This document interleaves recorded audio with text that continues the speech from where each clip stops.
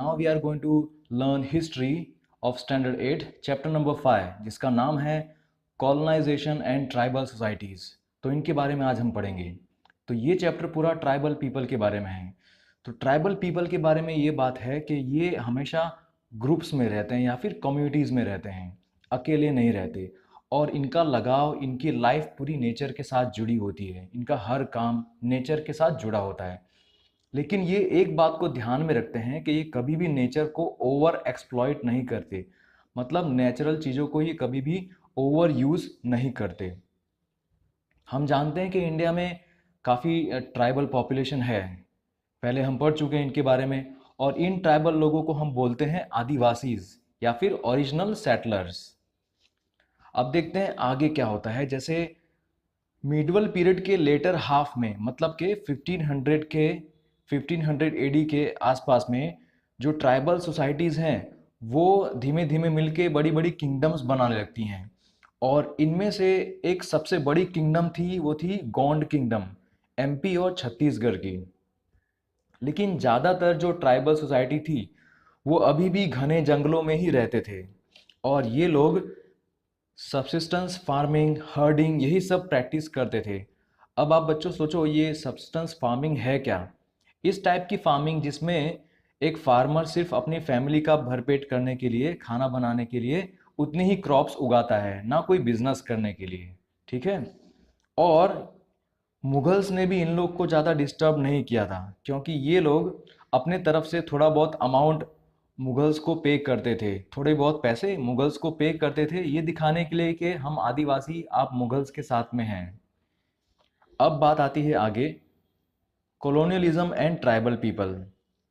सो जब ब्रिटिश लोग यहाँ पे आए इंडिया में और इनके कांटेक्ट में आए ट्राइबल पीपल के, तब से इन ट्राइबल लोगों की लाइफ, जो शांति वाली लाइफ थी, वो पूरी डिस्टर्ब हो गई।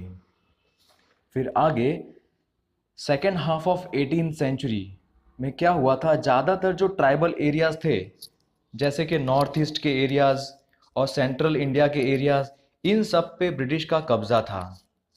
इसके वजह से आदिवासियों की लाइफ पूरी बर्बाद हो गई, क्योंकि इनकी लाइफ में एक प्राइवेट ओनरशिप ऑफ लैंड वाला कॉन्सेप्ट ही नहीं था।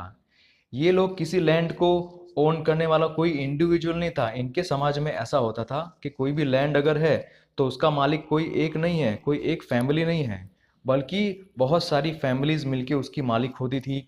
या फिर पूरा का पूरा जो उनका समाज था वो उसका कॉमन मालिक होता था। लैंड को कॉमनली ओन किया जाता। और फॉरेस्ट में जो भी कुछ बनता है, जो भी कुछ फॉरेस्ट का है, उसको फ्रीली कोई भी यूज़ कर सकता है। लेकिन जब ब्रिटिश लोग आए तो उन्होंने एक नया कॉन्सेप्ट इंट्रोड्यूस किया। वो कॉन्सेप्ट था लैंड ओन्ड बाय ब्रिटिश या फिर land owned by individuals, private ownership of land. ये बता दिया इन्होंने, बताया कि अब किसी भी लैंड का मालिक अगर होगा तो कोई इंडिविजुअल होगा या फिर a group of individual belonging to a same family, ऐसा। अब ब्रिटिश लोगों की नज़र इनके फर्टाइल लैंड पे थी, इसीलिए इन्होंने एक नया सिस्टम इंट्रोड्यूस किया। वो सिस्टम था रेवेन्यू सिस्टम, जिसको बोलते हैं परमानेंट सेटलमेंट ऑफ 1793। ये एक उसका एग्जाम्पल है।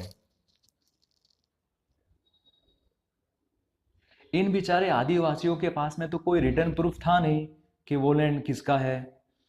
और अगर किसी आदिवासी को बोला जाता कि ठीक है तुम अपना लैंड अपने पास रखो, लेकिन उससे बहुत ज़्यादा टैक्स लिया जाता, उसको ज़्यादा हाई रेट पे रेवेन्यू पे करना पड़ता ऐसे आदिवासी को।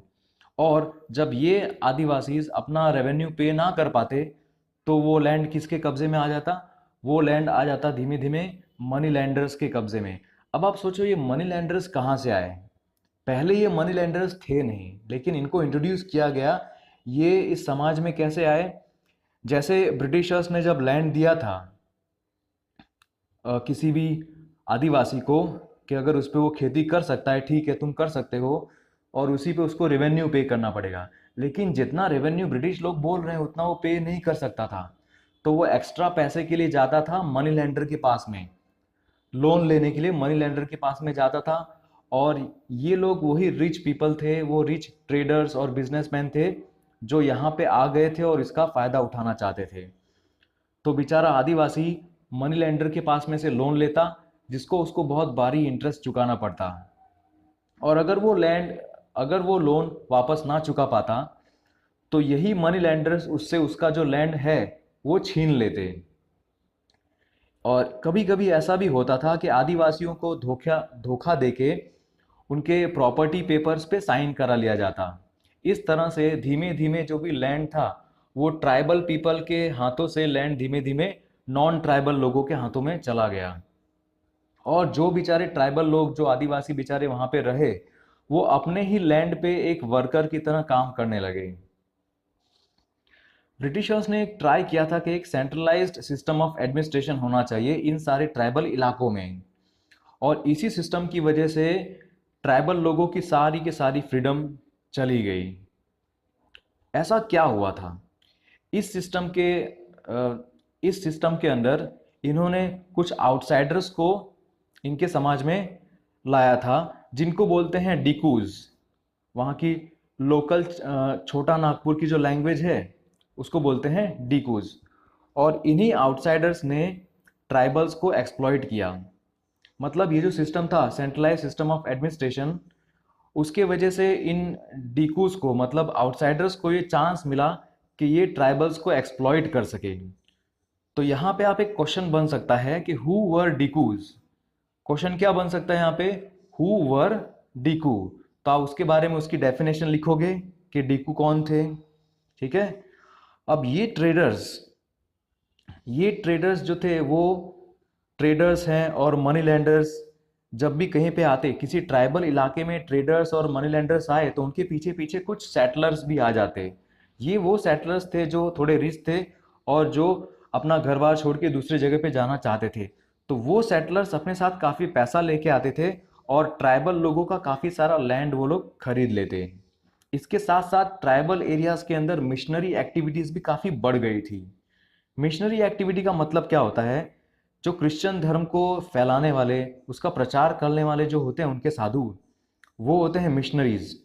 सो इनके वजह से भी ट्राइबल लोगों के मन में काफ़ी दुख पैदा हो गया था। उनको ये डर हो गया था कि इस तरह से तो हमारा कल्चर पूरा खराब हो जाएगा और हमारा कल्चर हम खो देंगे। तो आगे देखते हैं छोटा नागपुर रीजन कैसा था। छोटा नागपुर रीजन में कौन कौन से नेचुरल मिनरल्स रिसोर्सेज थे? तो यहाँ पे आयरन ओर, बॉक्साइट, कोल, माइका, मिनरल्स, ये सब काफ़ी था। और ये सारा का सारा ब्रिटिश एम्पायर के लिए बहुत इम्पॉर्टेंट था। तो यहाँ पे आप क्वेश्चन लिख सकते हो कि describe the importance of Chota Nagpur region for British empire. Chota Nagpur reason में और भी था। यहाँ पे टीक और साल फॉरेस्ट थे, और टीक और साल फॉरेस्ट में से जो भी लकड़ा मिलता, यही लकड़ा आगे जाके बिल्डिंग बनाने में काम में आएगा, रेलवेज में काम में आएगा, फ्यूल के लिए काम में आएगा। सो इन्हीं सारी ज़रूरतों को पूरा करने के लिए ब्रिटिश लोग फॉरेस्ट को बड़ी तेज़ी से काटे जा रहे थे। इतना तेज़ी से फॉरेस्ट को क्लियर कभी नहीं किया गया था जब इनके टाइम पे किया गया। और इन्हीं जब फॉरेस्ट के एरियाज को काटा गया पूरा पूरा, और जब लैंड पूरा साफ हो गया, तो इसी लैंड पे आदिवासियों को मजबूर किया गया कि वो कैश क्रॉप्स उगाएं। कैश क्रॉप्स मतलब कौन कौन सी? पॉपी, इंडिगो और कॉटन। तो क्वेश्चन में आप लिख सकते हो, which crops were the adivasis compelled to grow in Chota Nagpur region. एक बार फिर से बोलता हूं question, which crops were the adivasis compelled to grow in Chota Nagpur reason. तो छोटा नागपुर रीजन में कौन सी क्रॉप्स को उगाने के लिए आदिवासियों को मजबूर किया गया? पॉपी, इंडिगो और कॉटन। अब अगर नॉर्थ ईस्ट रीजन की बात की जाए, इंडिया का जो नॉर्थ ईस्ट रीजन है, जैसे कि आसाम, मेघालय, त्रिपुरा, मणिपुर, ये सब जो एरिया है पूरा, मेघालय, इन सब का, तो यहाँ पे आदिवासी काफ़ी रहते थे। और ये वही एरिया है जहाँ से चाइना जाया जा सकता है, जहाँ से बर्मा जाया जा सकता है। तो ये वाला एरिया ब्रिटिश के लिए बहुत इंपॉर्टेंट था, क्योंकि इसी एरिया से अगर चाइना वाले अगर अंदर आ गए तो वो अटैक कर सकते हैं, बर्मा वाले अगर अटैक कर सकते हैं। तो इस एरिया को बचाने का बहुत ही इंपॉर्टेंस था। ये इस बात को ब्रिटिश लोग जानते थे। तो आप यहाँ पे क्वेश्चन लिख सकते हो, why north east region was important to British. British के लिए नॉर्थ ईस्ट रीजन क्यों इंपॉर्टेंट था? क्योंकि उनको ये डर था कि नॉर्थ ईस्ट रीजन में चाइना से हमला हो सकता है, बर्मा से हमला हो सकता है, तो इस रीजन को बचाया जाना चाहिए, प्रोटेक्ट किया जाना चाहिए। आगे देखते हैं कि काफ़ी सारे जो इश्यूज थे, economical, social, religious, economical, social और रिलीजियस इश्यूज के कारण बहुत सारा जो बदलाव आया था ट्राइबल पीपल के लाइफ में, इन सब से परेशान होकर ट्राइबल लोगों ने रिवॉल्ट किया था। A series of tribal revolts that happened during this time. ये कौन सा टाइम था? बिटवीन 1765 से लेकर 1847 तक काफ़ी सारे रिवॉल्ट हुए थे, काफ़ी सारे ट्राइबल रिवॉल्ट हुए थे। अब ये कौन कौन से रिवॉल्ट थे?